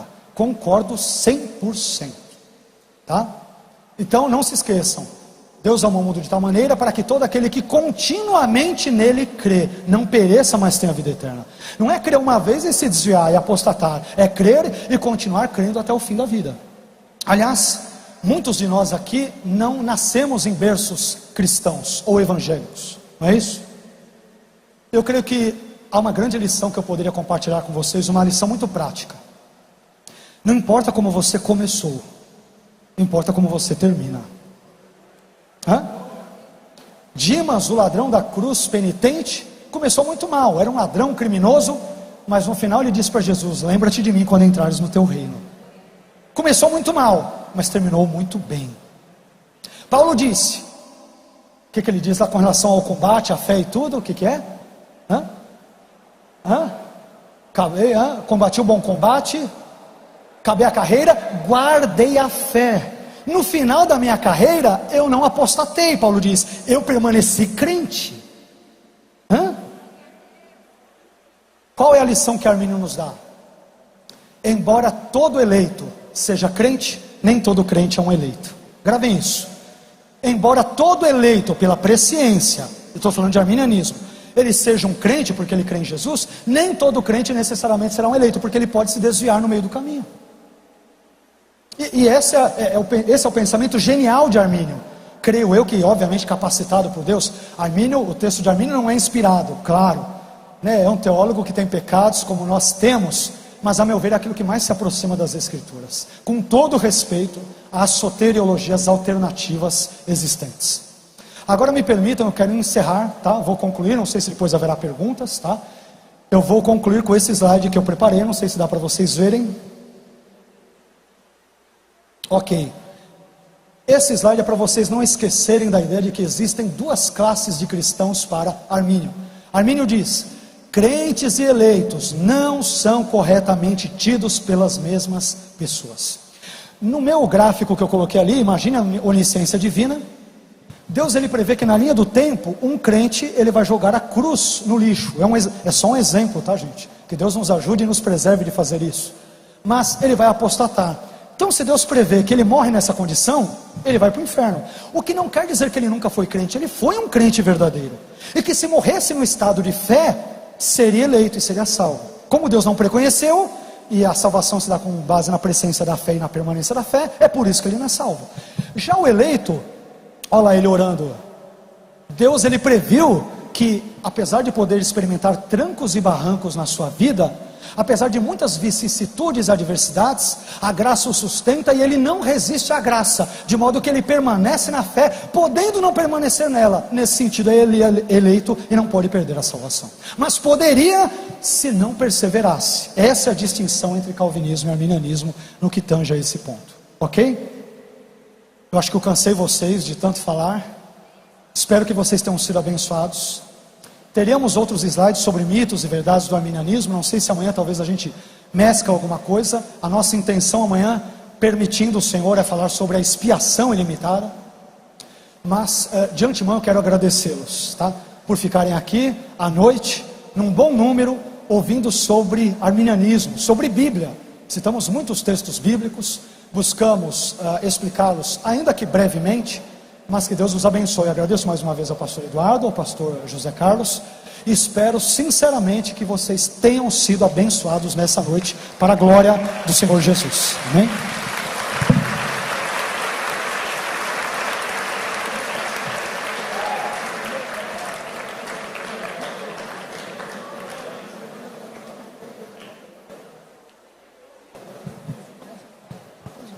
Meus irmãos, nós vamos abrir para perguntas. Quero convidar o nosso pastor, que ele quer uma palavra. Vamos aguardar, está cedo. Está ok?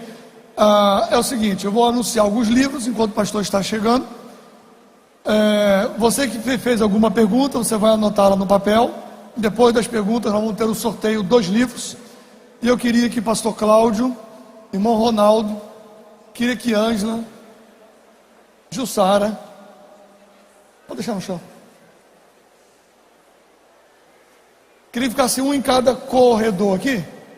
E aquele que tiver pergunta no corredor, você vai levantar a mão, eles vão até você pegar o seu papel. Amanhã nós vamos ter outro sistema de pergunta que vai ser online. Você vai mandar uma mensagem no seu zap e a gente vai receber a sua pergunta no decorrer da própria palestra. Então, mais alguns minutos, meu pastor, o senhor tem a sua palavra conforme o senhor pediu. Então os irmãos vão ficar aqui em pé no corredor. Jussara, Ronaldo e Cláudio Franco e Ângela. Se você tiver alguma pergunta, você vai levantar a mão.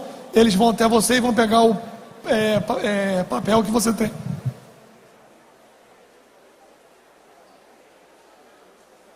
Irmãos, trabalhei numa cidade 10 anos. Mensalmente eu ia levar a Santa Ceia a um casal de crentes. Estão me escutando? Trabalhei numa cidade 10 anos. Mensalmente eu ia levar a Santa Ceia àquele casal de crentes.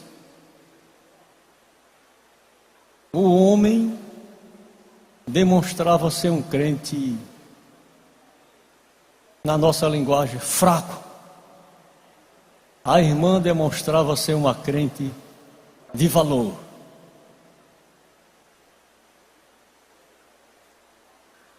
Os anos foram passando. Um dia chegamos na sua casa, na casa do casal, e ela disse: pastor, não quero ser mais crente.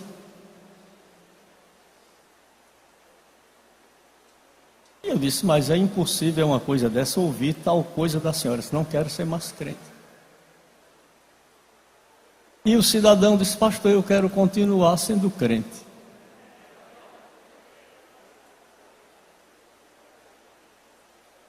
Um mês depois, ela morre nessa situação. Antes de morrer, ela mandou me avisar: não quero que faça celebração de cerimônia fúnebre, não quero que orem, nem que cante. Morri, pode enterrar. O cidadão permaneceu crente, ela morreu, foi sepultada, e o velhinho permaneceu crente, firme na fé. E eu acredito que nós vamos encontrar com ele lá no céu. Salvação é dom de, não vem das obras para que ninguém se glorie. Teremos 3 grandes surpresas. Quem nós esperamos encontrar lá, não vamos encontrar. Quem nós não esperamos encontrar, nós vamos encontrar. E a terceira e grande surpresa é nós mesmos nos encontrarmos lá.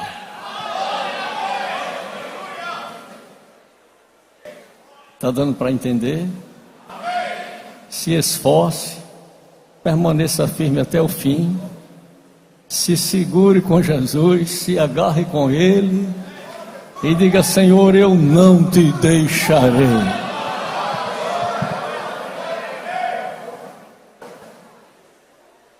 Pronto, meus irmãos, quem pegou, entregou. Queria que Ronaldo e Ângela fizesse a triagem ali, por favor. Ronaldo e Ângela, por favor. Queria que fizesse a triagem ali. Meus irmãos, amanhã nós estaremos aqui às 19 horas. Vamos começar um pouquinho mais cedo, para que o pastor tenha um pouco mais de tempo também para falar. Hoje ele falou sobre a teologia arminiana de um modo geral. E amanhã ele vai falar sobre a expiação ilimitada. Expiação ilimitada é o que se crê pelo arminianismo, que Cristo morreu por todos. E a outra posição é que Cristo morreu somente por alguns, somente por aqueles que foram previamente escolhidos. E nós vamos tratar sobre a questão da expiação ilimitada amanhã. Então, é muito interessante, é muito joia. Muito bom a presença de todos aqui. Eu acho que o pastor não tem o que dizer, ele foi muito gentil. Dizer que se não fosse claro eu concluiria, mas se eu botar alguma coisa nisso, eu vou estragar tudo aquilo que ele falou. Está tudo muito claro e muito perfeito. Eu tenho 5 livros para sortear. A editora CPAD está lá fora. Os livros da CPAD, a CPAD, ela não é apenas uma editora, ela é uma distribuidora de livros. Então você tem livros lá que vai desconto de 30% a 70%. A CPAD está com desconto de 30% a 70%. Várias editoras e os livros da casa, excelentes livros. E nós vamos sortear alguns livros aqui. Livros da casa, Pentecostalismo e Pós-Modernidade. Esse livro é joia, do pastor César Moisés, é o diretor de departamento de educação da casa, é a dissertação de mestrado dele na PUC, Pentecostalismo e Pós-Modernidade. É um livro joia, é sorteio hoje esse livro. Um outro livro, Arminianismo, a Mecânica da Salvação, de pastor Silas Daniel, editor-chefe do Mensageiro da Paz, da Casa Publicadora. O livro tem 621 páginas. O professor vai lá e te leu em 10 dias. Eu desafio você a ler em 5. Viu? Arminianismo, a Mecânica da Salvação. Pastor Silas Daniel vai estar com a gente em outubro. O pastor Silas Daniel vai estar aqui lançando esse livro. Vai estar dando a palestra sobre esse livro em outubro aqui conosco na Semana da Reforma. Então, se você ganhar esse livro, você pode trazer para ele assinar, autografar para você. Se você não ganhar, você pode comprar na casa lá fora, que está com desconto. E a declaração de fé, que foi falada do início ao fim, mesmo você que está aqui nessa noite não é assembleano, mas é uma declaração de fé arminiana, e o seu conteúdo é comum às igrejas de confissão arminiana no Brasil. Então, você pode adquirir. É preço de revista de escola dominical. Ela está saindo por R$6 apenas. R$6. Então não vai embora sem levar a declaração de fé, ok? E ela também vai ser sorteada hoje à noite. E nós temos 2 livros da editora Reflexão, que a casa também trouxe. Vamos lá, irmãos. A casa também trouxe esses livros, vários livros da editora Reflexão, está ali fora com desconto. E também vai ser sorteado hoje Jacó Armínio, teólogo da graça. Teólogo da graça. Jacó Armínio vai ser sorteado para você. Também tem ali na casa. E o outro de Gesiel Silva Costa, da Reflexão também, Teologia Armínio Wesleyana, que é a teologia ensinada por Armínio aqui, com as interpretações de John Wesley, como que as igrejas metodistas interpretaram isso no decorrer dos séculos. Lembrando que, infelizmente hoje acabaram esquecendo a caixa no Recife, mas amanhã todas essas obras e os textos que o pastor Vailate mostrou ali, o professor Vailate mostrou, das obras de Armínio, essas obras são editadas e lançadas pela CPAD, pela Casa Publicadora. Então, esses livros, tudo que ele mostrou ali, são obras da Casa Publicadora. E amanhã, essas obras de Armínio também vão estar disponíveis no stand, com descontos especiais pela nossa Casa Publicadora. Bem, o primeiro não será sorteio, será indicação. Primeira doação, que vai ser esse livro aqui de Silas e Daniel, de Arminianismo. Vai ser para a primeira pessoa que se inscreveu. O primeiro que se inscreve tem que ser premiado. A primeira pessoa que se inscreveu. Quem foi, irmão Elias? Está com Elias que está fazendo o sorteio ali online ali? Não, tem que botar o microfone lá para você. Ficar vindo aqui nos 5, a gente vai sair aqui meia-noite. Elias está com um programa no computador que está as inscrições e ele vai fazer o sorteio ali online. Quem é a primeira pessoa, Elias? E já leva o microfone sem fio para lá. Quem é a primeira pessoa, Elias? Amor.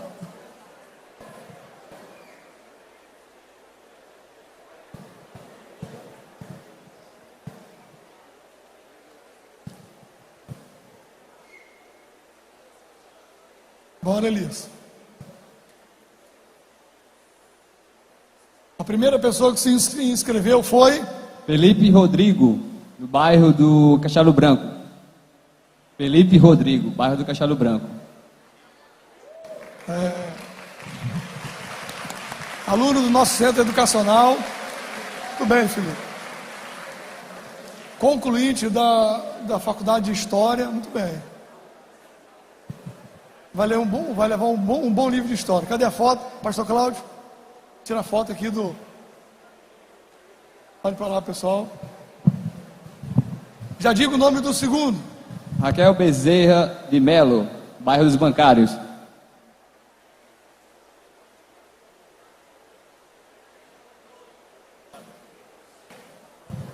Adel está aí? Não, tem que estar presente. Desculpa aí, viu? Terceiro sorteado.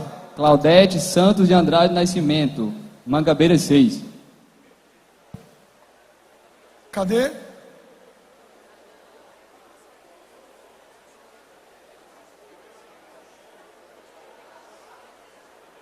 Sorteio outro, tem que estar presente na hora do sorteio. Maria da Conceição Ferreira Lopes, bairro das Indústrias.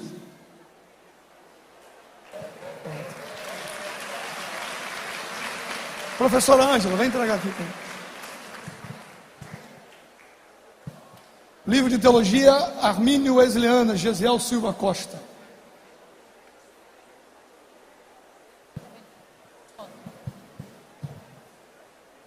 O outro, Elias. Francisco de Assis de Andrade, Funcionários 1.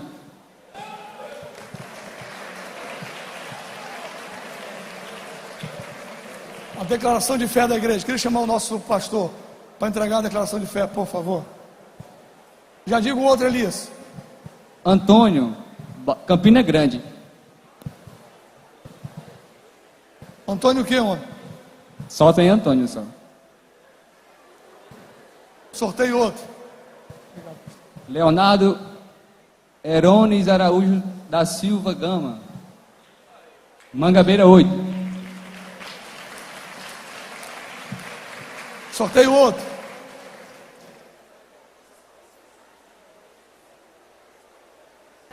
As perguntas encerraram faz tempo, viu, irmãos?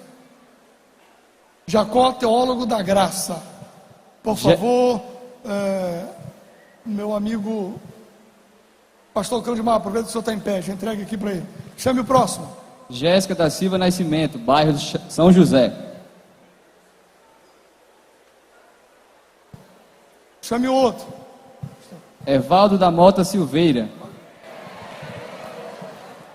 Certinho, professor Evaldo. Para o senhor, cadê Evaldo? Pentecostalismos e pós-modernidade. O professor vai lá e te vai entregar para o senhor. Professor Carlos Augusto. De um doutor para o outro. Isso aqui é o nosso deão do nosso centro educacional, está concluindo seu doutorado em literatura na Universidade Federal do Rio Grande do Norte. Só entregar de presente para ele.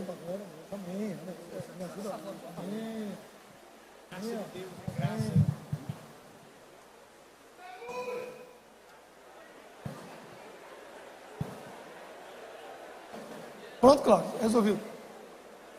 Obrigado. O senhor já fica aqui para as perguntas. Agora o pastor vai responder algumas perguntas. Irmão Ronaldo, faça aqui as perguntas. O senhor fica no microfone.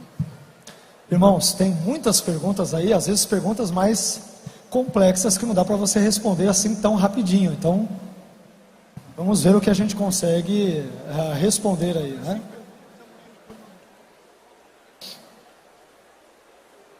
Irmão, tem umas 300 perguntas, então vai responder umas 5, ok?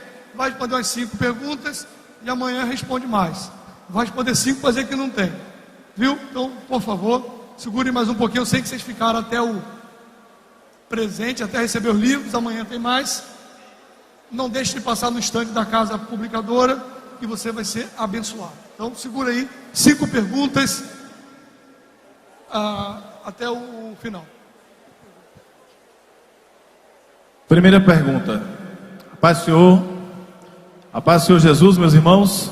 Amém. Primeira pergunta: se fé é dom, mas não tenho esse dom, como posso ser salvo? Estou condenado? Sou um crente apóstata? Vamos lá. A fé é um dom. Tiago 1,17 diz que toda boa dádiva e todo dom perfeito vem do alto. Se crer em Deus é uma coisa boa, eu desconfio que ninguém discordará de mim. Sem dúvida a fé ela é um dom de Deus, ela é retratada nas Escrituras como um dom de Deus. Mas nós arminianos não entendemos que esse dom da fé ele é dado apenas unilateralmente ou incondicionalmente apenas a alguns indivíduos. Se não, declarações dos evangelhos tais como esta muito conhecida de Jesus não fariam o menor sentido. Por exemplo, quando Jesus diz para a multidão que o acompanha: arrependei-vos e crede no Evangelho. Poxa, Senhor, segundo o calvinismo, nem todos os que estão ali naquela multidão necessariamente são eleitos. Então estaria Jesus brincando com as pessoas ao exigir fé de toda a multidão, quando na verdade ele não deu graça irresistível e nem o dom da fé para todos? Isso é o cúmulo do contrassenso, né? Aliás, o sínodo de Dort, os cânones de Dort, melhor dizendo, num dos seus artigos, ele diz que Deus ele dá fé apenas para alguns e não dá para outros. Mas depois, ele irá condená-los por não exercer fé nele. É uma coisa, sei lá, me perdoem, mas para mim é uma coisa meio esquizofrênica, é uma bipolaridade. O Senhor não me dá fé, e o Senhor exige de mim fé. O Senhor exige que eu creia em Cristo, quando na verdade o Senhor mesmo não me deu essa graça irresistível, esse dom da fé incondicional para crer em Cristo. Não faz o sentido. Então, nós somos salvos sim pela fé em Cristo. Eu diria de uma forma geral, essa pergunta tem muitos desdobramentos que eu não queria aqui entrar, povos não alcançados e várias outras questões que são mais complicadas, mas eu diria que o meio por excelência pelo qual somos salvos é a fé em Cristo. Esse é o meio por excelência, ok? Mas eu não diria que é o único meio, e eu não estou sendo pluralista, relativista nem nada. Por quê? Nós arminianos, por exemplo, cremos na salvação das crianças, dos infantes, ok? E eu pergunto para vocês, que fé um bebê de 3 meses pode exercer em Cristo? Ele nem sabe o que é Cristo, o que é igreja, o que é pastor, o que é púlpito, ele não sabe de nada. Se Deus usar como critério de salvação a fé para aqueles que não podem exercer fé, ele seria um Deus absolutamente injusto, um crápula, eu diria. Então, o critério fé em Cristo é apenas para aqueles que podem crer em Cristo. Quem são esses? Aqueles que quando ouvem o Evangelho, têm a responsabilidade de dizer sim ou não a ele. Não é uma responsabilidade para aqueles que nunca ouviram falar o Evangelho, como que crerão naquilo que eles nunca ouviram. E aí eu estou citando indiretamente Romanos capítulo 1, capítulo 2 e vários outros textos. Eu estou com receio de ser muito lacônico e muito breve na minha fala, e dar margem aqui para mal entendido, ou maus entendidos, né? Mas eu diria que a fé em Cristo é um meio por excelência. Mas não é o único meio. Será que Adão creu em Cristo? Melquisedeque conhecia Cristo. Ô Melquisedeque, você sabe quem é Jesus de Nazaré? Jó sabia quem era Jesus de Nazaré. Se eles não sabiam, o critério fé em Cristo não pode ter sido o critério para a salvação de Jó e Melquisedeque, porque naquele período da antiga aliança, eles não tinham a menor noção deste sujeito histórico chamado Jesus de Nazaré. Ok? Eu diria em geral, tá? Tem muito mais assunto, mas enfim, eu quero ficar por aqui, tá? Segunda pergunta. Atos 13:48 parece inverter a ordem da salvação na perspectiva arminiana. Só parece, perfeito. O texto de Atos 13:48 diz: E os gentios, ouvindo isto, alegraram-se e glorificaram a palavra do Senhor, e creram todos quantos estavam ordenados para a vida eterna. Maravilha. Esse versículo não pode ser tomado isolado do seu contexto. Basta você ler 2 versículos antes, você mata toda a charada. Curiosamente, eu não sei se por predestinação, porque eu livremente escolhi, eu estou aberto com esse texto aqui. Ele diz o seguinte, a partir do versículo 46: Mas Paulo e Barnabé, usando de ousadia, disseram: Era mister que a vós se vos pregasse primeiro a palavra de Deus, falando aos judeus. Mas visto que a rejeitais, eu posso rejeitar a palavra de Deus, e vos não julgais dignos da vida eterna, eis que nos voltamos para os gentios. Aí tem um contexto, porque o Senhor assim nos mandou, eu te pus para a luz dos gentios, para que sejas de salvação até os confins da terra. O contexto é autoexplicativo. Eu poderia recorrer ao texto grego, tetagmenoi, que pode ser traduzido como ordenados, né? Colocados. Eu poderia usar vários outros argumentos, mas o argumento de Lucas em Atos Deus ordenou não apenas aos judeus, mas também aos gentios depois dos judeus a salvação. É isso que está, por exemplo, em Romanos no capítulo 1. O Evangelho é o poder de Deus para a salvação de todo aquele que crê, primeiro do judeu e depois do grego. Grego, entenda-se todo não judeu, gentil. Esse é um resumo de Atos 13, que não pode ser isolado no versículo 48, para não cometermos exegese. Ele tem que ser lido no seu contexto. Então, Lucas está dizendo que tanto os judeus têm primazia com relação à recepção do Evangelho, mas Deus também incluiu os gentios no plano salvífico. Como os judeus rejeitaram, ele parte para os gentios. Não quer dizer que é apenas um grupo de gentios unilateralmente, incondicionalmente foram ordenados para a salvação. Se esse fosse o caso, esse tipo de doutrina entra em choque frontal com o ide por todo mundo e pregar o evangelho a toda criatura.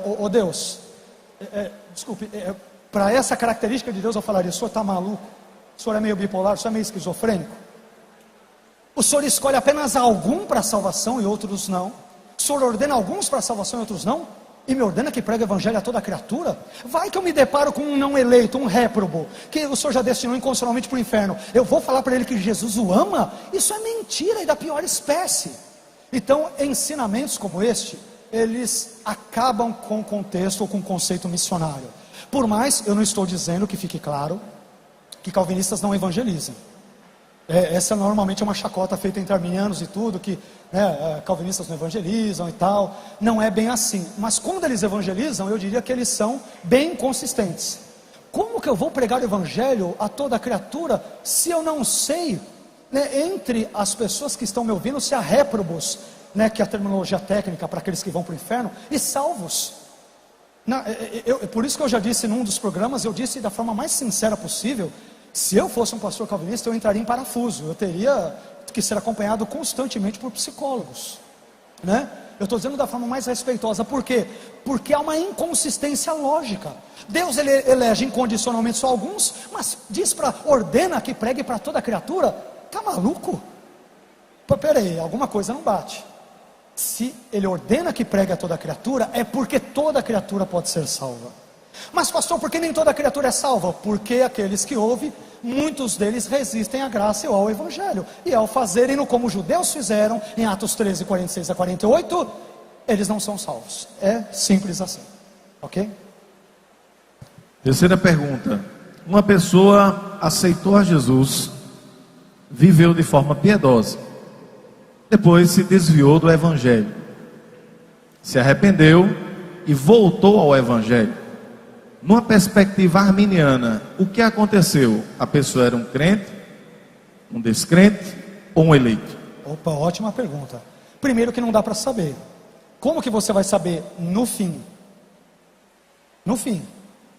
Permitam-me dizer aqui uma coisa que é verdadeira. Eu falei dos calvinistas, mas nós arminianos também não podemos ter certeza absoluta de que somos salvos, porque só se até o término da nossa vida nós permanecermos firmes em Cristo. Esse término pode ser daqui a 1 minuto, a 2, a 5, a 10, eu posso morrer a qualquer segundo. Então eu tenho que ser justo aqui na minha colocação. Então, quem é o salvo no arminianismo? Aquele cuja fé inicial foi pré-conhecida por Deus desde a eternidade, e aquele cuja permanência na fé até o fim da sua existência também foi pré-conhecida. Desse modo é difícil dizer quem é crente, quem é eleito, quem está aí meia mussarela, meia calabresa, quer dizer, não dá para saber, né? Quem vai dizer isso é o fim da história. Lembrem-se de Paulo, né? Acabei a carreira, combati o bom combate, né? Guardei a fé. No final da vida ele diz, olha, estou terminando e estou terminando crente. Então é isso que vai nos identificar como salvos. Eu diria que nós estamos salvos. Mas por que não somos totalmente? Porque eu tenho que permanecer na fé. É o conceito da Assembleia, o conceito da confissão de Armínio também no seu texto, né? Então nós estamos salvos enquanto permanecemos pela graça firmes em Cristo na fé. Se eu sair disso e sair de uma forma apóstata, total, contínua, deliberada e tudo, então aí eu posso de fato perder a salvação. Ok?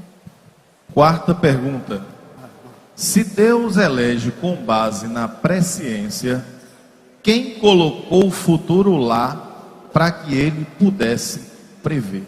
Pergunta tipicamente calvinista. Amo essas perguntas, tipicamente. E essa pergunta é falaciosa. Falaciosa eu estou dizendo em termos de lógica, viu? Não estou querendo falar mal da pessoa que formulou. Estou dizendo que em termos lógicos e filosóficos ela é falaciosa, ela é enganosa. Por quê? Ela pressupõe que Deus só preconhece o que Ele colocou. Por que Deus ele não pode preconhecer sem colocar? Aliás, eu vou mais longe. Essa pergunta é o calcanhar de Aquiles do calvinismo. Se Deus colocou tudo na história, neste exato momento estão existindo muitos estupros, assassinatos, latrocínios. Deus não apenas preveu, Ele ordenou que acontecesse. E ao mesmo tempo a culpa é do homem, não é dele, né? Aí você vai... essa é uma questão complicada. Então Deus determina muitas coisas, mas não determina todas as coisas. Permita-me usar uma ilustração de um conhecido arminiano, Hayden Wilson Tozer, ou A.W. Tozer. No seu livro, que eu não sei se ele foi traduzido para o português, em inglês é The Knowledge of the Holy, o conhecimento do santo. No capítulo 22, ele dedica o capítulo inteiro só à soberania de Deus. É um senhor livro. Se não foi traduzido, tem que traduzir esse livro. É um livro maravilhoso. E ele usa a ilustração do barco. Ele diz que o mundo, ou os planos de Deus, é como se fosse um barco. Os passageiros que nele se encontram, toda a humanidade, são livres ao longo da trajetória do barco para comer, beber, dormir, casar, separar, crer em Deus, descrer, fazer tudo. Mas por mais que eles façam e desfaçam, o barco segue inexoravelmente para um destino. Em outras palavras, o que quer que eu faça, eu não vou alterar, por exemplo, o fato de que Jesus no passado veio e morreu na cruz pelos meus pecados. Aconteceu, acabou. E ninguém que viveu na época poderia impedi-lo. Eu não posso impedir o fato de que um dia Jesus voltará para buscar a igreja. Posso orar, posso rezar, posso plantar bananeira, posso falar em línguas, posso fazer o que eu quiser. Eu não impedirei Jesus de voltar, porque está no plano de Deus e ponto. Eu não impedirei o anticristo de se manifestar. Eu não impedirei a execução do juízo final. Então tem coisas que eu não tenho como alterar. Então há um determinismo na nossa vida. Nenhum arminiano, só se é um arminiano meio maluco também, meio bipolar, para negar que há um determinismo. Eu falei para vocês, eu não escolhi nascer em São Caetano, ser filho da dona Antônia, do senhor Augusto, né, ter uma pele branca, ter os olhos que eu tenho. Eu não escolhi nada disso. Mas eu escolhi entrar no banco quando eu trabalhei no banco. Eu trabalhei 14 anos. Eu escolhi largar o banco e me dedicar apenas aos estudos teológicos, porque é aquilo que falava mais alto no meu coração. Deus não determinou, isso é escolha minha. E isso para o bem e para o mal. Então, o que eu quero dizer? Algumas coisas Deus determina. Ninguém é maluco de dizer que não. Mas os nossos atos livres, aliás, se eles são livres, eles não podem ser determinados, né? Se são livres, eles não podem ser determinados. Então, eu, por exemplo, eu poderia não ter vindo aqui hoje. Eu cheguei hoje e falei para o pastor Eduardo, ele sabe, esses 2 dias eu estou tomando uns 4, 5 remédios. Eu estou falando com vocês neste exato momento, estou com dor de cabeça, minha garganta está latejando, mas glória a Deus. Mas eu poderia não vir e falar, pastor Eduardo, quer saber, eu não vou. Por qualquer motivo. Os irmãos iriam me criticar, o Vailate não veio. Poxa, ele não deu com a palavra dele, isso é testemunho, e barará. Poderia acontecer o que fosse, mas eu poderia não vir. Mas eu quis vir. Vocês quiseram vir. Não importa os motivos, vocês quiseram vir. E quiseram usar a roupa que vocês estão usando. E quando o evangelho foi lhes oferecido, a graça de Deus trabalhou no coração de vocês para vocês dizerem sim ou não ao evangelho. Vocês disseram sim, mas poderiam ter dito não. Então, há muitas coisas determinadas. Agora, isso não quer dizer que Deus colocou o futuro lá. Se eu falar que Deus colocou o futuro, eu me verei em maus lençóis, porque toda Auschwitz, Dachau, Treblinka, o Holocausto, onde morreram mais de 6 milhões de judeus, ao todo mais de 20 e poucos milhões de pessoas, entre judeus, poloneses, testemunhas de Jeová, homossexuais e tudo. Se eu seguir a lógica calvinista, foi Deus que determinou que acontecesse tudo isso. Mas ainda assim a culpa não é dele. John Piper, no famoso 11 de setembro de 2001, disse que Deus, ele ordenou que o avião atingisse as torres gêmeas. Mas a culpa não é de Deus, a culpa é de quem estava pilotando. Aquilo que é chamado de compatibilismo filosófico, ou eu diria, contradição. Então, Deus determina muitas coisas. Ele não necessariamente determina todas as coisas. Se ele determinasse todas as coisas, o Gênesis seria ininteligível. O Adão, coma de toda a árvore, tá? Menos dessa daqui. Ô Deus, mas por que o Senhor fala isso? Se o Senhor já me predeterminou e colocou no corredor da história que eu pecasse. A advertência de Deus, ela seria bobagem. Me perdoem a palavra, seria uma palhaçada. Ô Adão, para de comer, mas eu sei que você vai comer porque eu te determinei a comer.